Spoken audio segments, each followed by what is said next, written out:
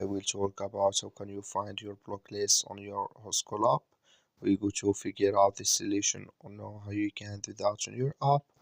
So you just follow these ways, then it's going to work with you. All you have to do, you just go here, go above this sign, click on it.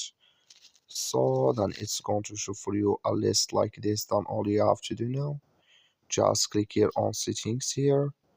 Then you come to next step here, it's going to show for you like this.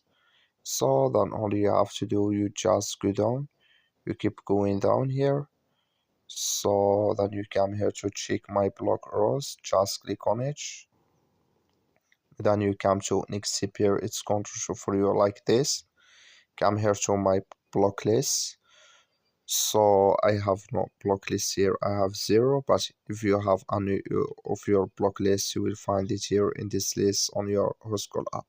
That's all you have to do. Thank you for watching. Don't forget to support us by liking and subscribe.